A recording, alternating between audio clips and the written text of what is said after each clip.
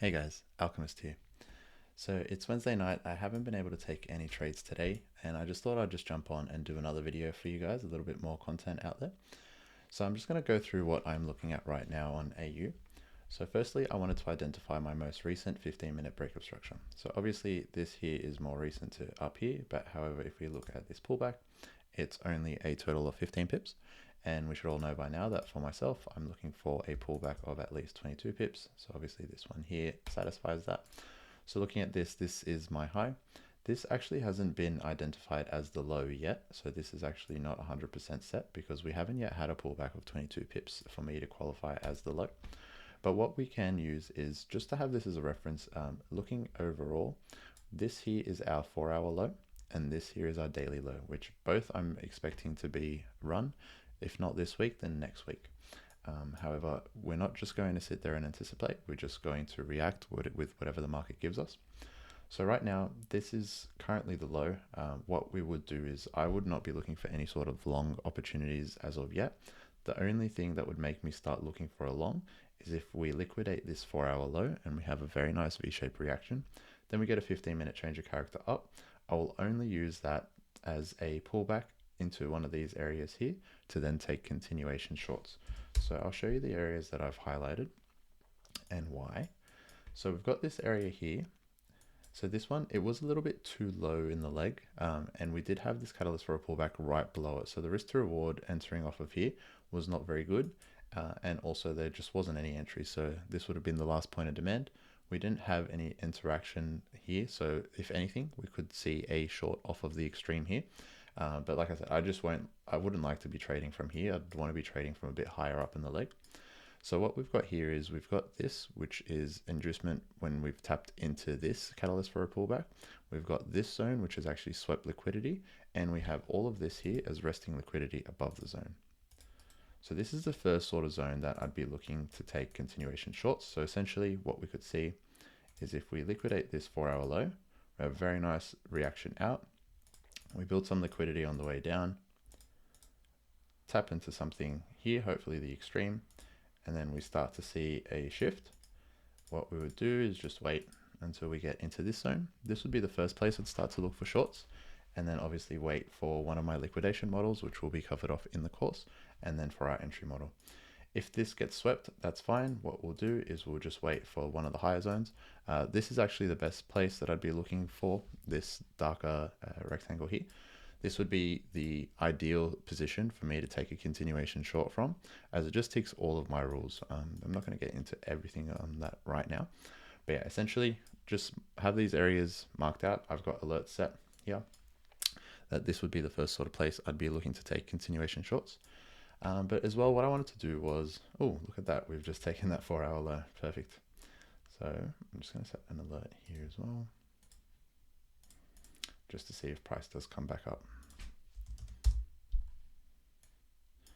Perfect. And I'll set an alert here.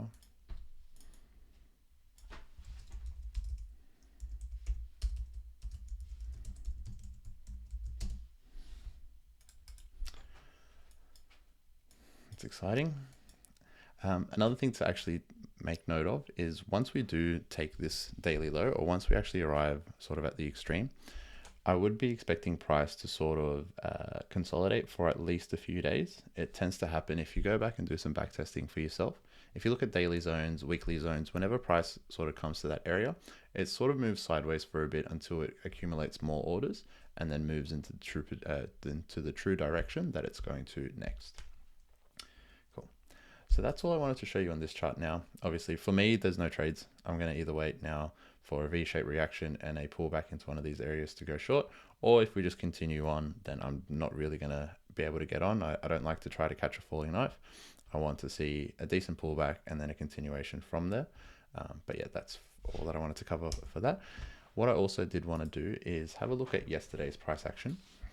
So the short that I took, which I shared in yesterday's video, and if you haven't seen that, please go back on my channel and watch that, was inside here, and we'll drop down to the 1 minute and have a look.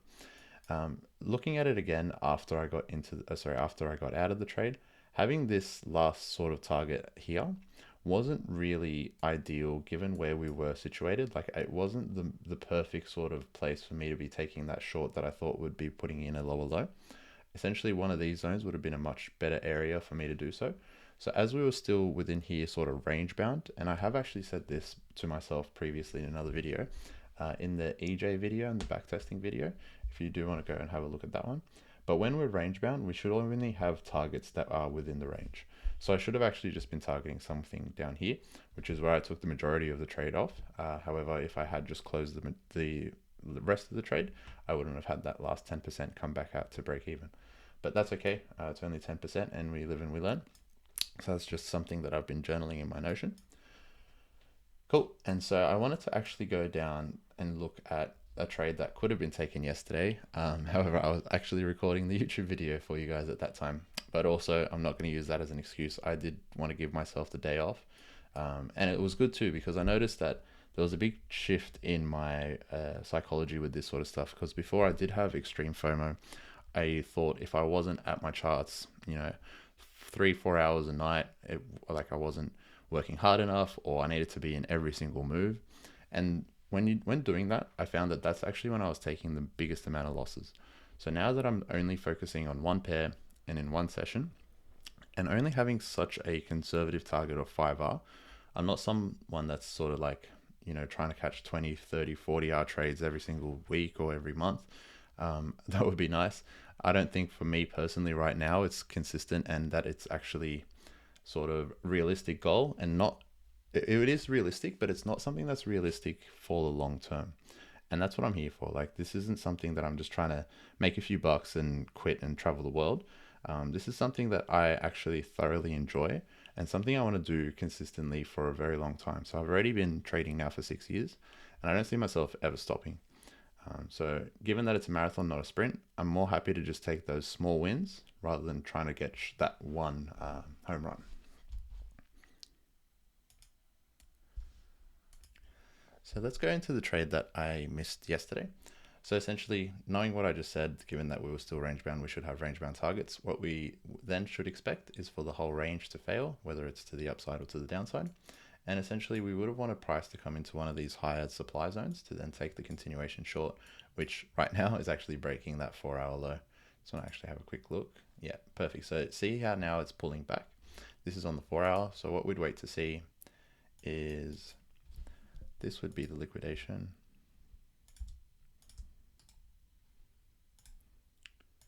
And then we'd wait to see this high fail. This would be our CHOCH. And then we'd want to see price interact with this supply zone here.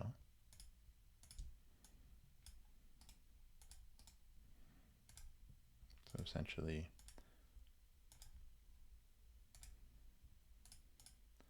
something like this, we would tap, move sideways, sweep, break, and then return to this area, which was the liquidity sweep of this accumulation of orders. And then we'd wait for our entry model to play out here to then take that long into first these areas and then potentially up here, but this would probably be the first zone I'd be wanting to take profits at. But also, guys, like, keep in mind, we're very, very bearish. This is not financial advice. I'm not telling you guys to go and enter long positions once we break this. I personally probably will do that if it does appear.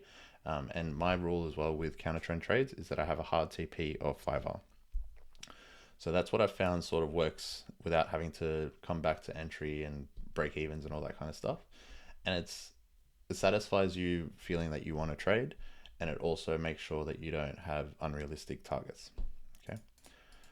So I'm just going to set an alert for the CHOCH up here.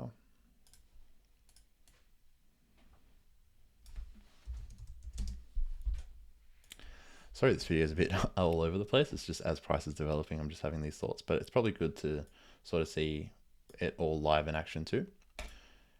Anyway, let's get back to yesterday's price action. So if we drop down to the 1 minute, you'll see the trade that I was actually in. Yep. So if you haven't seen yesterday's video, please do go back and watch that. And then ideally what we wanted to see is one of these higher supply zones be tapped into, and then have our entry model and liquidation model play out. So I'm just going to play price forward until we do come up to this zone. Obviously, I do already know what's happening. I've looked at this today. I do a end of day markup. I actually do it an hour before Frankfurt Open for the previous day to see if there would have been a difference if I was to hold my trade overnight through the New York session, or whether I should just close the total of my trade in London.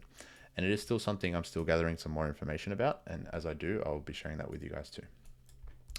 Perfect. So we've tapped into this zone. And what we can say is that we've actually swept the liquidity above this high.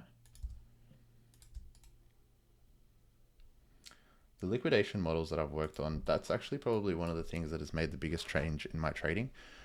Previously, I found that I was actually getting into a lot of good trades where I was positioning myself well, but then I'd get swept and I wouldn't have the confidence to enter again.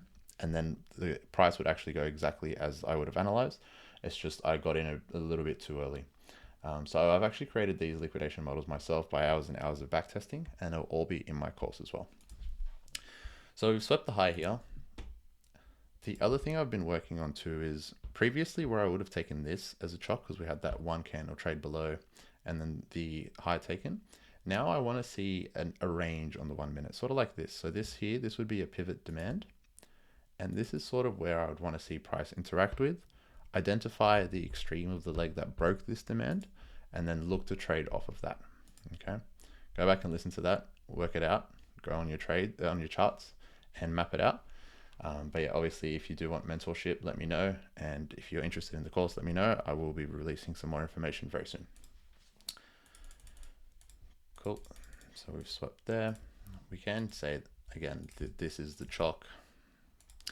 But for me, I don't like using zones that are like this, where price goes straight through without any sort of interaction.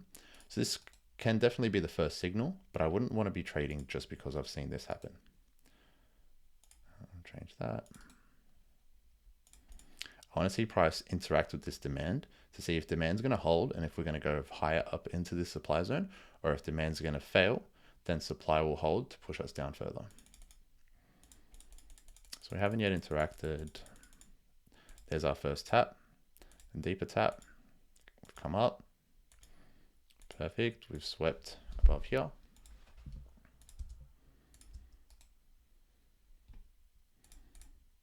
Okay, and now is demand going to fail?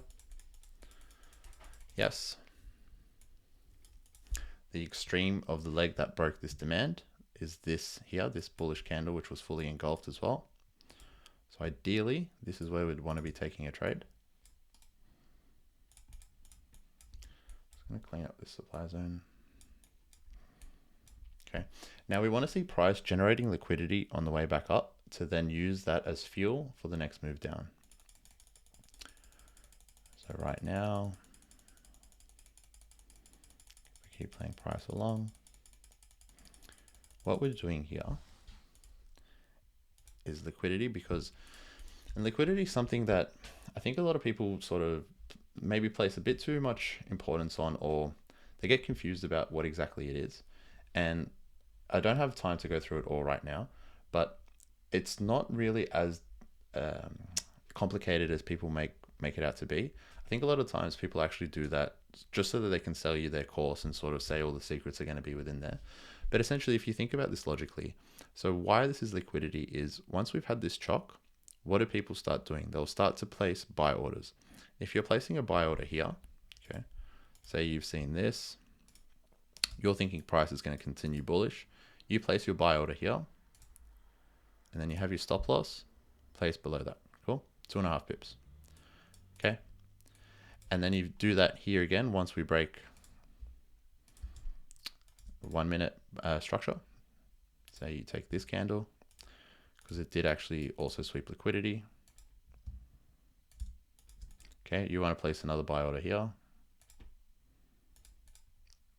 And then you've got another stop loss of 2.5 pips, so on and so forth, right? Then what we've actually done, what the market's done, is it's actually created liquidity in the form of people's stop losses, because when that stop loss is initiated, it's actually a buy order on the other side. And there's also people would be using sell stops, so that if this was to fail, people would want to enter a sell stop. So knowing this, it's when we see a corrective pullback, and whereas here we've got an impulsive leg down, we can expect that all of this is going to fail, and all it is just liquidity that's going to be swept. Okay. Please let me know if that makes sense, or if you want me to go over in a bit more detail. Obviously, guys, I can't sort of go through everything here for free on YouTube, but yeah, I'll do my best to share as much as I can. The other thing is too, so with my rules, if it is the flip zone and it's not actually off of the extreme, I wait to see the change of character and the interaction again at this point. But what I actually do is I have, oh, sorry, go away. Yep. What I actually do is I will set a limit off the extreme, as long as it's got sort of a decent stop loss.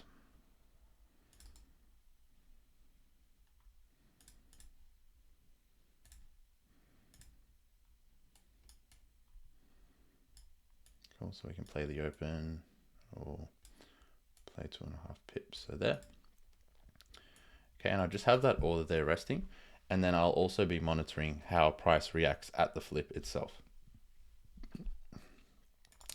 So let's see what happens here. Accumulating orders, pushing down, pushing up. Okay, so now we have that first sort of sweep. Remember, we always want to be trading away from the sweep. So if that there is our liquidation, this is what we need to see fail. And this is the demand, pivot demand. Like I was saying here, we want to be seeing a few candles, not just something like this.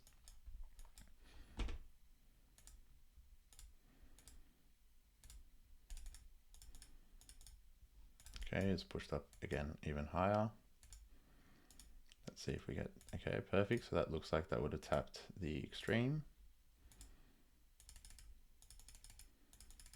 Might have actually just missed it.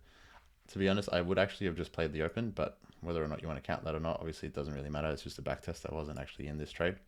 But say we did play this here with 2.5 pip, that would be tagged in, and we would still be waiting for this. One of these two zones, because this is also a nice pivot demand.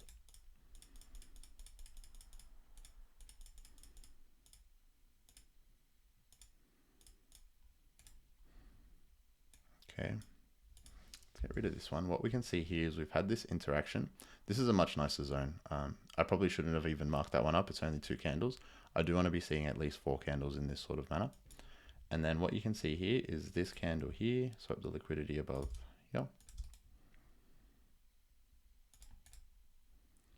It's very well formed and it's fully engulfed.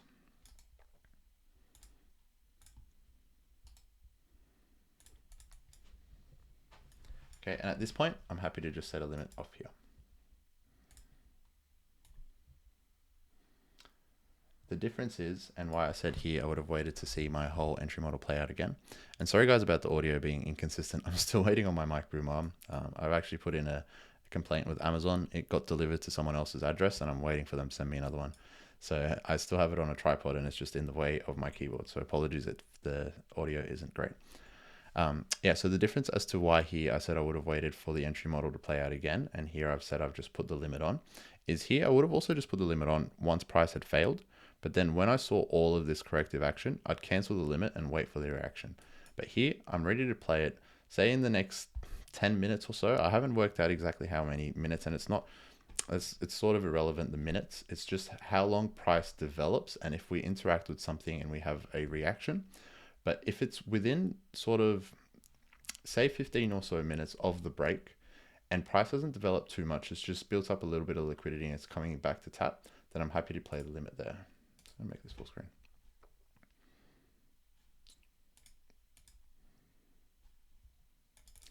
So let's see what happens.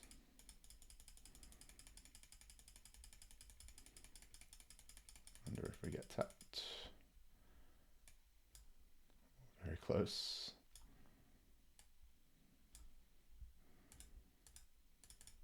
Okay, perfect. So play it with a 2.5 pip stop. Could even play it with 2 pips, but I'm happy to do 2.5. And then with this, as you all know, I will be taking my partials at 4R to cover my risk.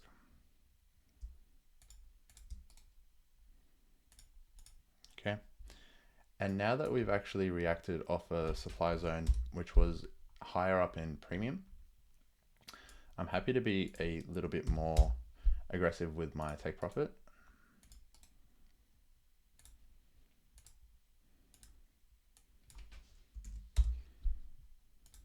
Sorry, it disappears when I go up sometimes. Okay. So essentially the zone that I had marked out previously, which would have been here, that could be a target. Not too unrealistic either, but obviously I won't be holding full volume till there. And then the next target, which makes sense, hopefully you've all spotted it, is this here. Okay. And what I would have done is actually just taken this again. So the whole pivot of it, not just the one candle that was engulfed. And if we look at this, so let's just mark this out. Just going to move this over here. I would only leave 10% to there at 26R.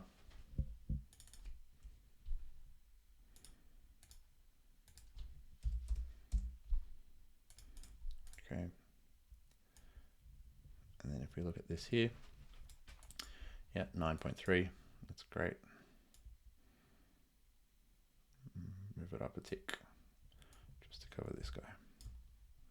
Okay, 9.24. Just take 65% off here.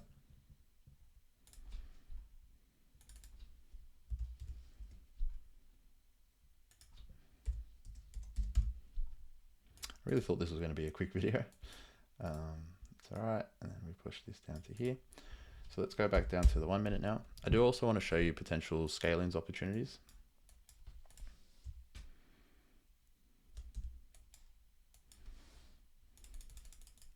So firstly, we get a very nice reaction out, which is great. You can look at this here. Again, this is our pivot demand.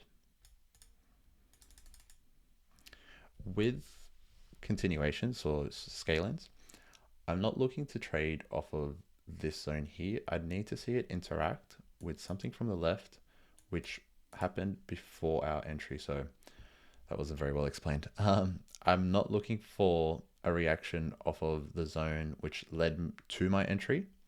I'm looking for a reaction off of the previous leg that failed. Okay, so essentially what that means is this whole pivot. This was the first interaction. This would have been the extreme of the interaction. If we get another interaction here and a fail, I'd be looking to trade that. Maybe because we're looking at the 1 minute, we can use something a bit lower. We can see that this mitigated this guy here. So there won't be too many more orders sitting in there. So let's see if we do get an interaction here. So we've got our partials taken off. That would have been in the span of 13 minutes. Okay, interacting, building liquidity.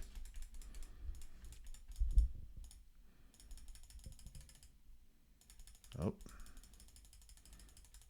okay. That's fine. Now we've failed. So this is the extreme of the leg that caused the failure. But if we see here as well, this is sort of where a pause in the market happened within here. And then this is where the actual failure, so the failure of this demand occurred from. So we could look at this zone in the future.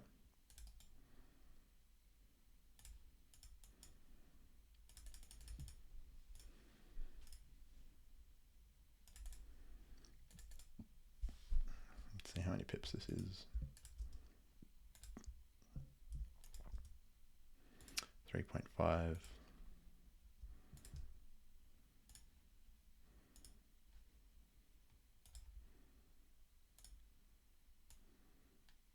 Okay, we can play that with 3 pips. Or maybe even less, 2.8.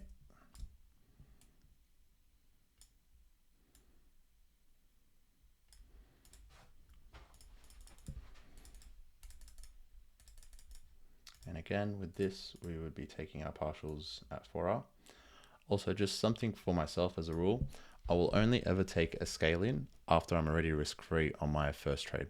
I don't want to be risking, well, I only risk 0.5% per trade, so I don't want to be risking a full 1% or a full 2R. I only want to be risking 1R at a time. So once this is now risk-free, then I will allow myself to look for continuations. So here would be 25% off for the next part.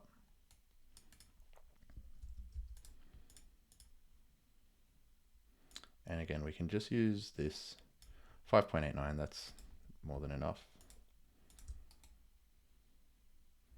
Just going to round it up to 5.9.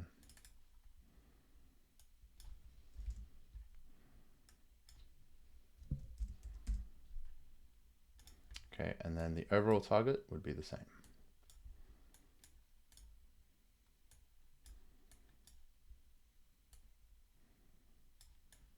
Okay, let's see what happens when we actually interact with this demand as well.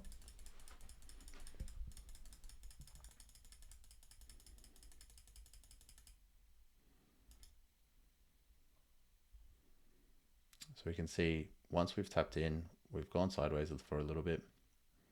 Second trade is still running, and it didn't come back up to break even, but I don't move it to break even anyway. I just leave this open until this second part's taken. Oh, actually, it would have been taken here. Perfect. So we've tapped out here, then I would have put both positions to break even, and I'll work out what this was at the end of the video. Okay. Then again, this would have sort of been the extreme of the reaction, but then when we've tapped into here, we've already swept. And then if this fails, we could look at continuations inside this area.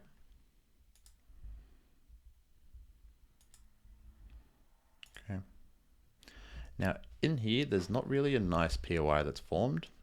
Just as we took the whole pivot of the demand to the left before, we can take this whole sort of pivot supply and see what happens at this area.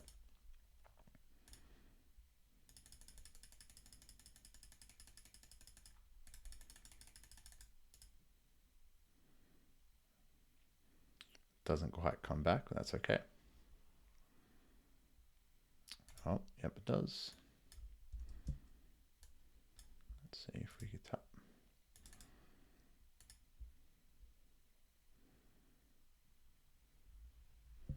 No, she's gone.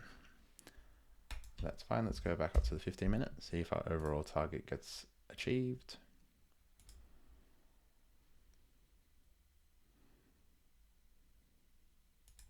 Perfect. So to be honest, we could have even just put it at the top of this zone rather than waiting for the whole extreme of it to fail. The advantage of doing so is it'll probably take an hour or so off of your trade if you're going in the right direction anyway, because when we do interact with it, we're likely to get a pullback. If you're happy to hold the trade, especially this would have been overnight for me anyway, this would have been quite long. Yeah, 19 hours. But overall, we can see that the majority of the trade was completed within here, so 2 hours, and it was only 10% of each trade that we held to the bottom. And how many hours this one here? 21 point, I'm just going to say 21.3.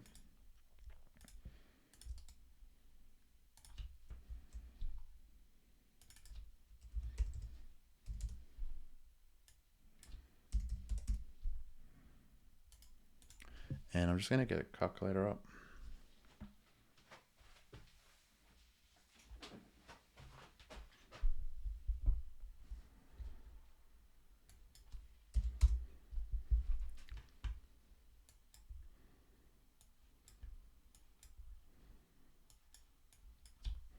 So the first trade, we've got 65% at 9.24.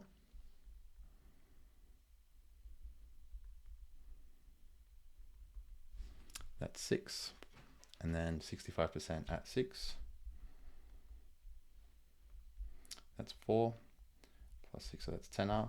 Plus we've got the 1 here and the 1 here, so that's 12. And then we've got 10% of 26, which is 2.6. And 10% of 21.3, which is 2.13. So that gives us a total of 16.63R.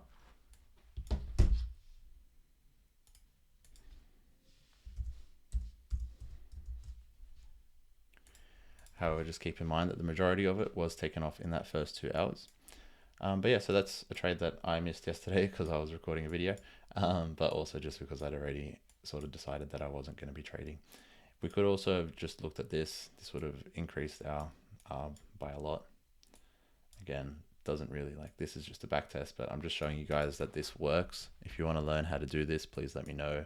It is something that I am very passionate about, and I am interested in people who are going to take this seriously and not just sort of be here for a month and then decide that it's too hard and leave. Obviously, if it is a bit too difficult for you and it's not sort of your passion, that's completely fine. But I am sort of looking for those people that are sort of looking for it long term. So if you have any questions, let me know. If you want me to cover off anything else, let me know. And before we go, let's have a look at how the other one's running. Perfect. So as we sort of suggested at first, once we've swept that, we are seeing that pullback. Got to wait to see how we interact with this supply zone. If we do get one of my liquidation models that I'm looking for, I could actually potentially be looking to take a short from here. But it's unlikely because of how low we are in the leg. But given this bearish momentum, it could actually work out quite well.